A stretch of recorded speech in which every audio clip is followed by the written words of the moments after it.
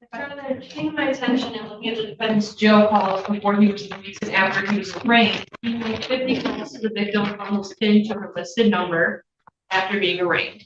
And that doesn't count the day that he was arraigned after he was arraigned. That only encompasses days exclusively after he was arraigned. He calls her 50 times. So I have concerns given that also at arraignments, the magistrate indicated his concerns that he will not follow court orders and that he would go back to contacting the victim as soon as he was released. And it seems that he didn't even do that prior to being released. He did it while he was still in custody. So I have concerns given now that he is out for safety.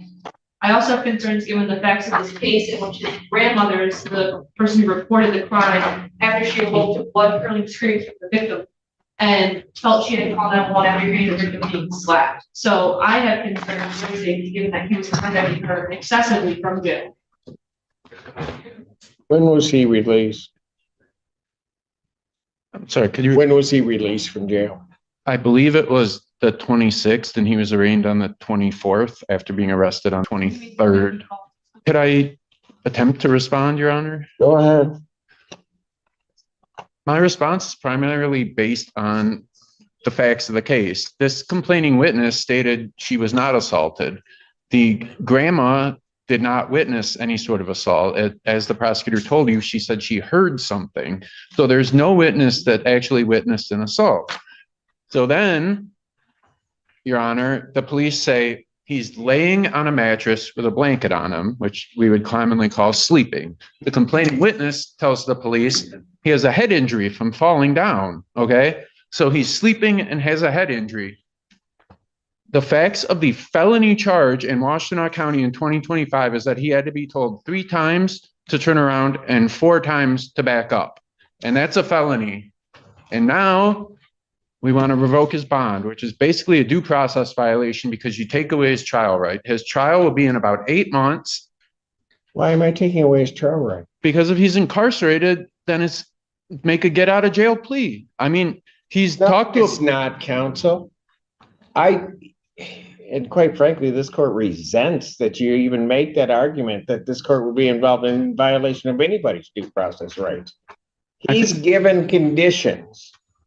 If he does not follow those conditions, he pays the consequence. I agree. I just indicate to the court, I don't think the person that the condition is regarding wants that condition. She didn't want any of this. And then there's a way in which that's taken care of, not by him continuously calling. He knows he's not supposed to be I mean, Your Honor, he's 19 and it's Christmas. I just asked the court to give him a chance until we have a date on the 13th. I mean, if this witness says he's contacting her currently, you know, she comes to court on the 13th and tells the court there's a bond violation. I clearly don't have an argument to that, but if the court would let him stay out to the 13th and he's not going to contact. I don't know what he's doing now. I mean, that's what part of the problem is.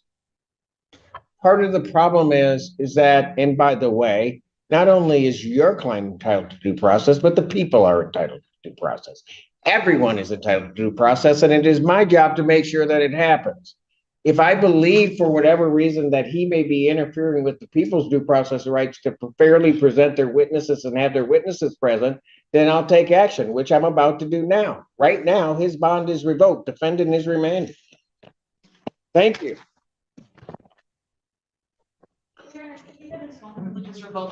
Yes, and his phone privileges while in jail are revoked. Put that, can you? Would the court only revoke as to the 2 persons with no contact orders? I'm revoking his phone privileges. Okay, thank you. State your name. Joseph Hafner Cantor. All right, what are we doing? Your Honor, we're asking for a preliminary examination at this time. Discovery is complete. Believe so, Your Honor. People have their witnesses available the 13th. Preliminary examination in person, January 13th, 2026, 9 a.m. before me. Where? Bond continued. Thank you. I think the last time we were here was December the 4th. Pardon? The last time we were here was December the 4th. I have a violation dated December the 9th. Bond violation, of course.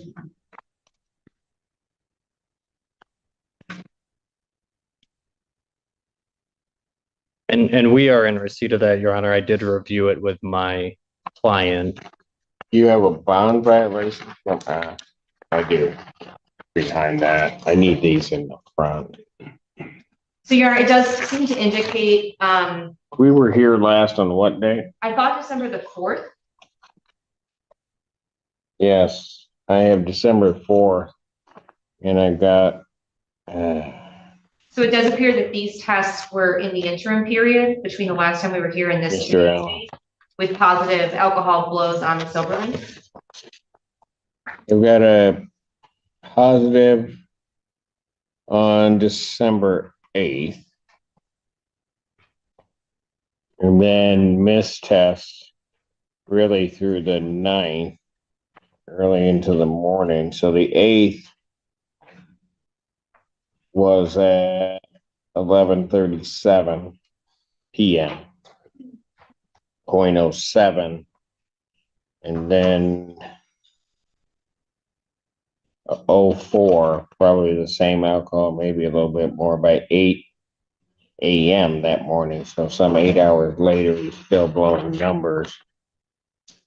Except that then a little bit later, it popped up and then went down. So it looked like he was continuing to drink.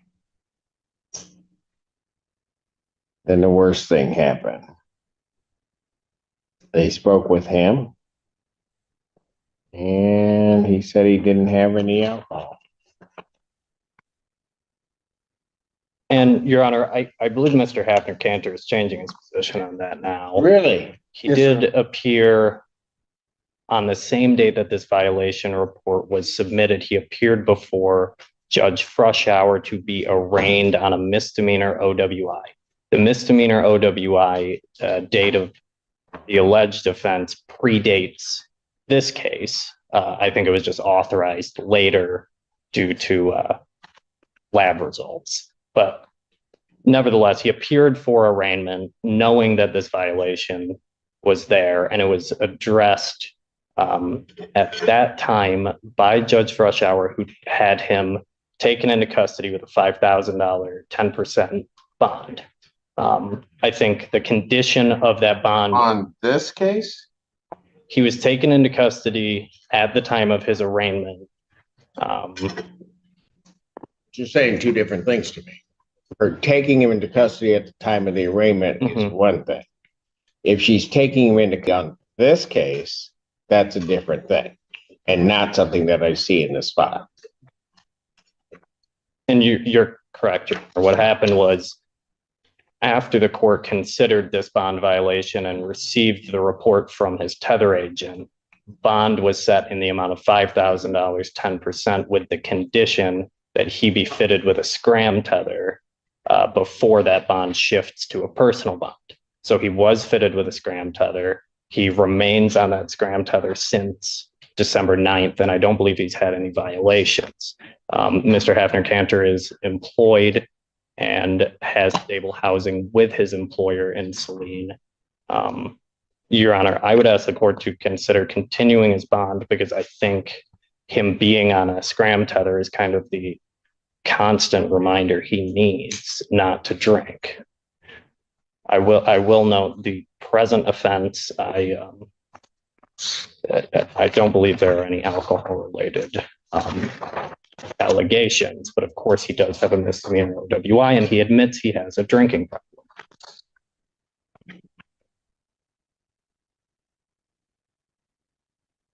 Yeah, but this response from the people. The people are glad that he has now a scram order on the OWI case that's pending before Judge Frushauer. However, it's still a violation in this case to have been drinking. I'm not sure. I know the court generally will issue warrants pretty quickly when these things sort of come through. I'm not quite sure what happened here, but no matter what, it doesn't. Is there a warrant issued on this one? It does appear to the people that alcohol is a significant problem for the defendant. It appears that the Silverlink is not working. So I would ask that the court at the minimum order the scram in this case as well. Did he take the ETG?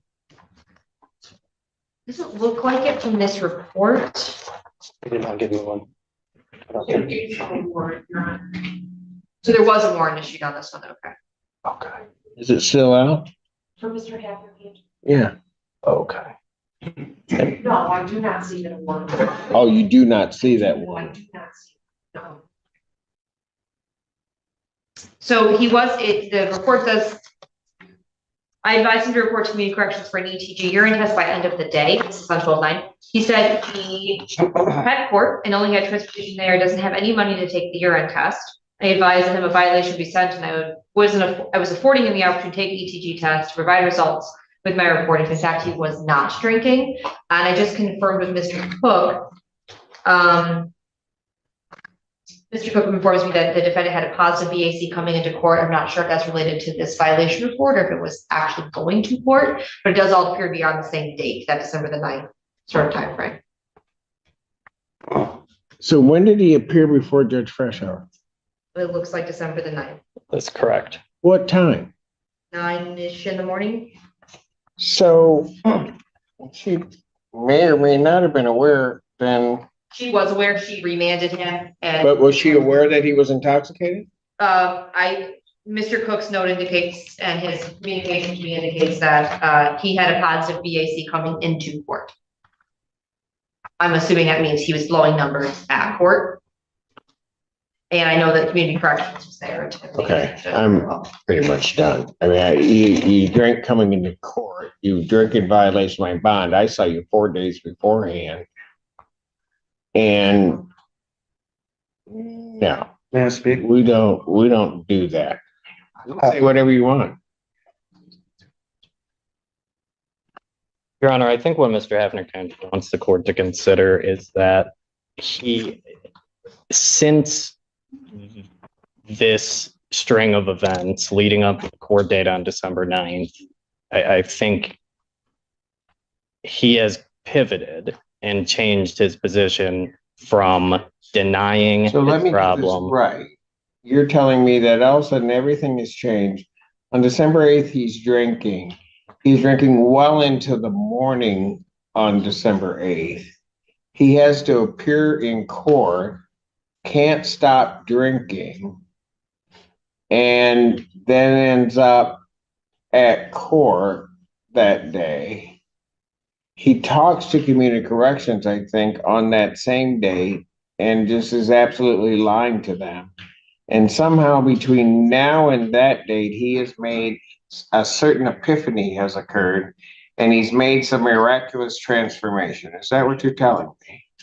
Your Honor, I understand the court's concern. Mr. Hafner Cantor, when were you released from the Washtenaw County jail? Was it the following day or this? I was there for a week. I think I was released on the 19th or the 18th. So, Your Honor, he's strung together 10 days on a scram tether with no issues whatsoever. And I think that's what he wants the court to consider in reassessing bond here. I would ask the court to continue his bond based on the fact that he's come into compliance since being placed on the scram tether. He's in violation on my case, goes to another court drunk. And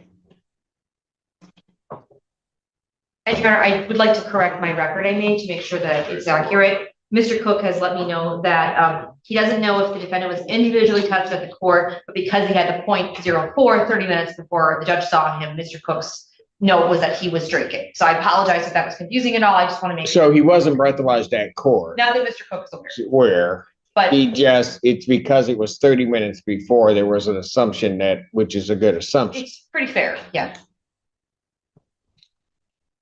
Anything else? Your Honor, I know Mr. Hafner Cantor's been in constant contact with his community corrections agent, and I know that his 3-year-old daughter, who he takes care of, is his biggest concern. I think he was dealing with some stress regarding a custody situation with respect to his daughter, and He's violated my bond. And then absolute disrespect showed up at another court, still under the influence of his drinking event that violates his bond in this case. and he's appearing at that time on an OWI, and he's not in any treatment. Anything else? Nothing for the view. Nothing further, Your Honor. Bond revoked, defendant's remanded. Your Honor, Yeah. and The 13th is, And with respect to that date, he does appear in district court on that same date. I'm not sure if the court wants to move it or if the jail would be able to accommodate that district court where? for the OWI case. Well, we wouldn't pay him until much later. Which judge is the exam? Me. Thank you. Thank you.